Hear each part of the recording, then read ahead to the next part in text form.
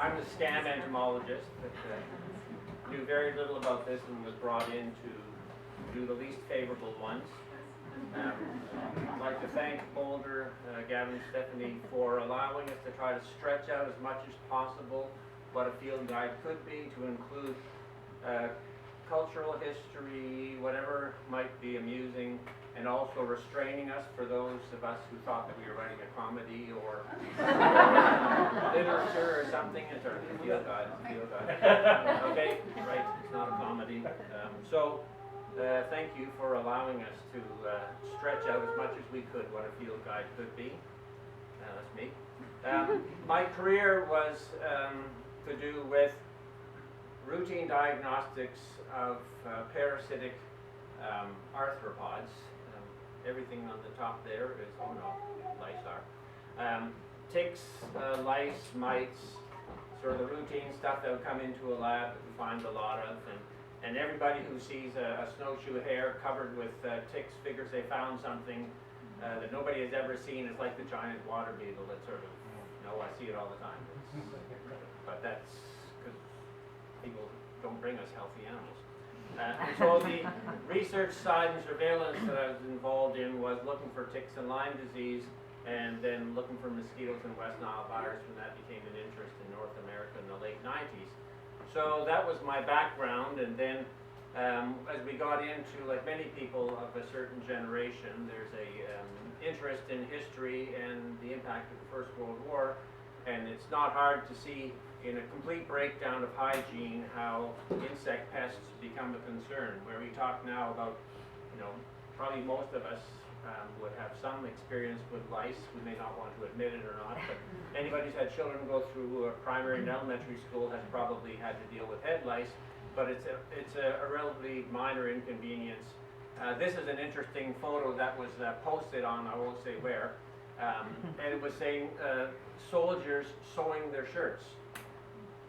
And I looked at it and I said, no, they're not sewing their shirts. They are killing lice in the seams of their uniforms.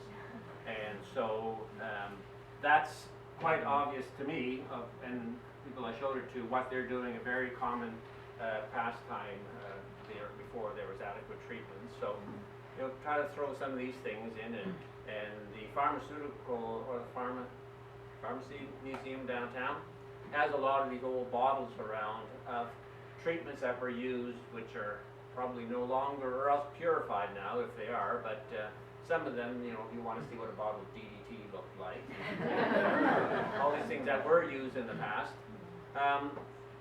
Anybody who's worked on a committee knows what happens when you're absent for a meeting. So I was away, and then I got an email and saying nobody has volunteered to do the stink bug. And so why don't you do it?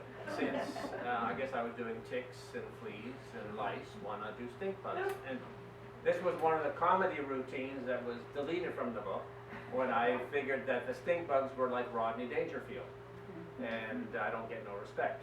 And when I asked somebody in their 20s, you know Rodney Dangerfield? And they said no. And I realized the risks of bringing up things that were generationally inappropriate. Right? So thank you for deleting that reference. But, so that was my impression of stink bugs, that they are actually very interesting, and they're not all stinky, and they're not all pests.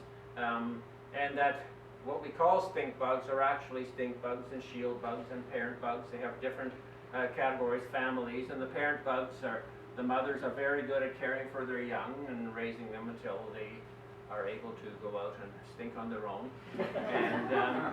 And then we have the predatory and the plant-eating stink bugs, those that are, I guess, good for a garden in terms of killing feeding insects. And here we have a nice little stink bug sucking all the juices out of caterpillar.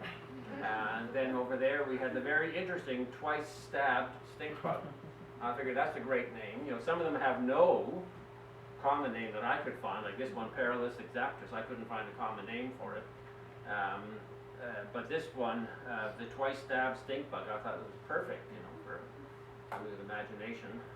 The last slide I have here is a major pest stink bug, the brown marmorated stink bug, which is an Asian invasive species which has spread through most of the U.S., has spread into Canada, And during the writing of the book, we got a photo from somebody saying, you know, what's this? And I said, oh.